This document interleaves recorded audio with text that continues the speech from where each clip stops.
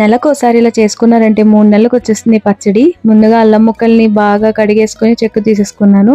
ఇంత చింతపండు అవసరం లేదు, సగం సరిపోతుంది. నానబెట్టేసుకున్నాను.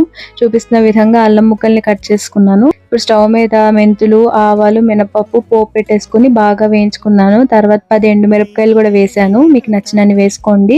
ఇప్పుడు అల్లం ముక్కల్ని దాంట్లోకి తీసేసుకున్నాను. ఒక నిమిషం బాగా వేయించుకొని పసుపు, ఉప్పు, బెల్లం మీ టేస్ట్కి తగ్గట్టు వేసుకోండి.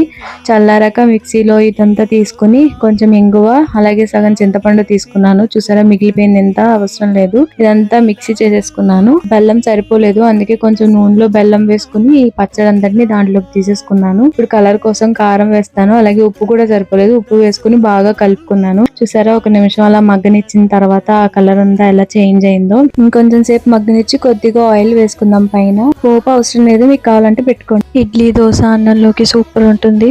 ఎలా ఉందో ట్రై చేసి కామెంట్స్ లో చెప్పడం మర్చిపోకండి.